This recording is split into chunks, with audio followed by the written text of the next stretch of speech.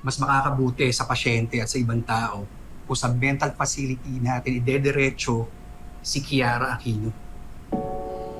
Dok, hindi niyo kilala ang babaeng yon. Delikado siya, muntik na kanya patayin yung asawa ko eh. Ang dami niya na sinaktan, ang dami niya nang pinatay. Ang dapat sa kanya mabulok sa kulungan. I'm sorry, that's my recommendation. Inspektor, alam niyo at ng mga kasamahan niyo ang pinagdaanan ng pamilya ko dahil sa Kiara na yon. Huwag kayong papayag na hindi siya makulong. Wala po akong magagawa. Kahit gaano kasama ang tao, mayroon pa rin siyang karapatan. Alam ng asawa niyo prosesong ito, sir. Love, let it go. Hindi porket nasa facility si Angel, off the hook na siya. Tutuloy pa naman yung kaso kapag gumaling na siya, ha?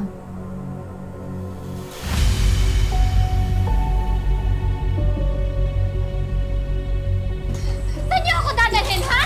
Ayoko makulong! Sakripisyo ba? Bitawan niyo ako! Ayoko makulong! Bakit may ambulansya?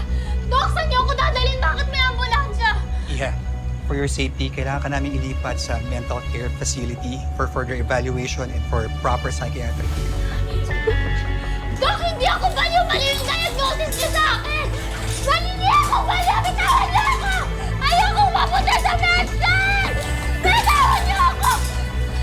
Ate! Ate, Vanessa, tulungan mo ako! Ayoko mapunta sa mental! Ate! Ate! Ate, tulungan mo ako! Ayoko makulong sa mental! Tulungan mo ako, ate! Parang ako... Sige na, ipasok niyo na siya. Hindi mo ako tutulungan! Bakit? Bakit? Masaya ka na, ate! Masaya ka na kasi naisahan mo ako! Ah! Bitawan mo ako! Hindi ako baliw!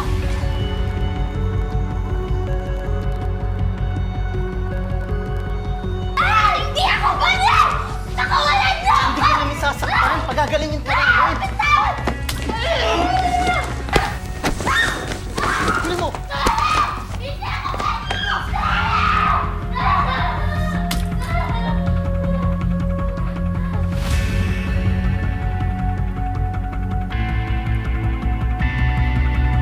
Anong akala mo? Na ikaw lang ang unang pasyente ng takong umalis dito?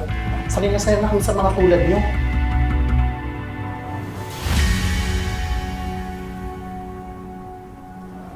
Uy, tigilan mo na yan. Ang dami mo nang nasirang halaman sa labas. Nagagalit na yung hardinero sa'yo. Nga pala, may bisita ka.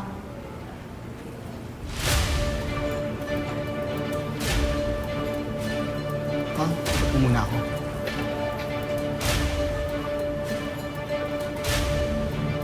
Nandito ka ba para ilabas ako? You wish. Marami ka pang kasalanang pagbabayaran. Ito ka lang. Ito naman, atat ka. At kahit gumaling ka, diretso ka pa rin kulungan. Anong ginagawa mo dito, ha?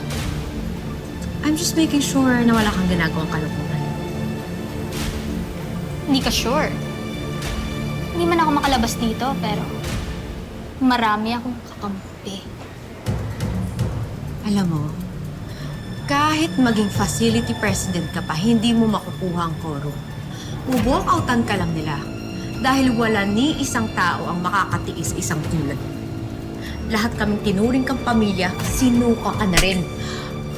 O, diba? Hindi mo in-expect? Force majeure. Force majeure.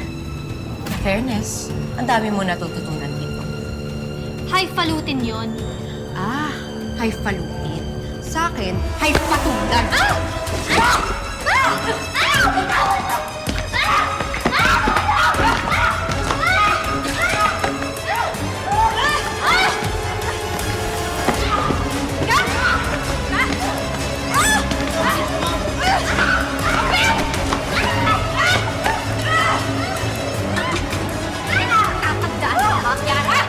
Kagaya ng mga Rockefeller, ako si Vanessa. Maganda, pero matinik. Tandaan mo ako na may upper hand ngayon. Ito na ang simula ng parusa mo, Kiara. Sisiguraduhin mo, hindi ka makakatulog ng mahimbing. Dadalin mo to hanggang inuuot ka na! Vanessa!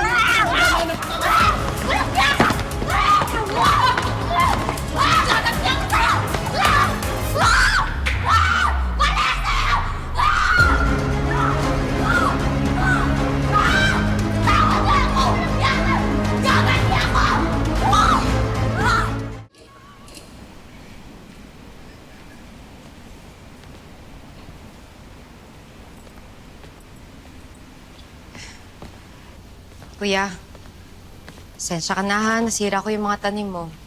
To, sa abala. Naku ma'am, hindi ko kayo sinisisi sa nangyari. Sa katunayan nga ho, si Angel lang ho lahat. Lagi, araw-araw sumisira ng halaman ko. Eh kung pwede nga lang hong turuan ng leksyon. Leka kuya, may sasabihin ako sa'yo.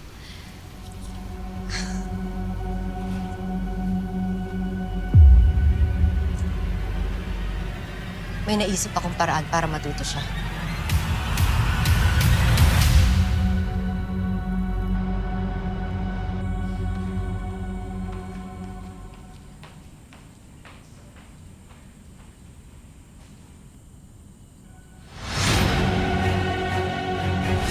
Ha? Maarte ka pa? Inaarte mo? Anong inaarte mo? Ha? Pwede. Wala akong ibang papakain sa'yo. Kainin mo yan. Angel! Angel, what's happening?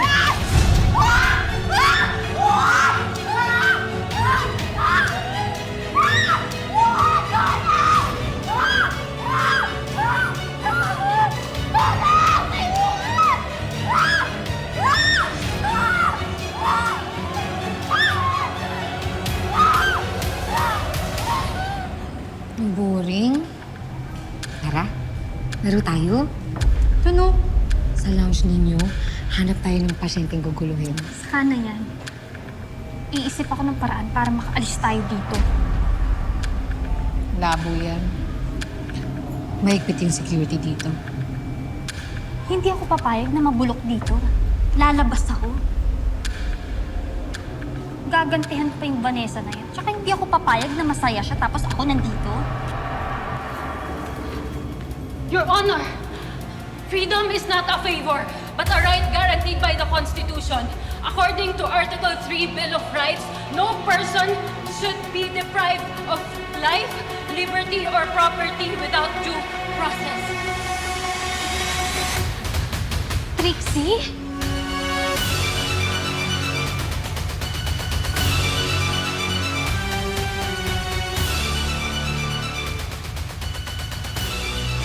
Lumablay ka habang si Vanessa nasa labas masaya kasama si Mikay. Hindi ko sasayangan yung oras ko sa isang lalaki pag wala akong mapapalasahan. Ruth! So, alam mo, ang cute mo. Ano mo gusto mo? Abang ka na lang. Sabi ko sa'yo, ayoko makipaglaro na sa si Trixie. Makipaglaro ka sa kapatid ko! Ha?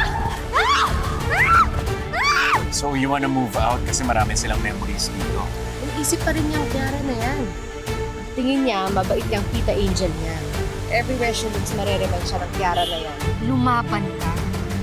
Kantihan mo siya. Pawian mo siya. Sa pinakamasakit na agawin mo ang pinakamamahal.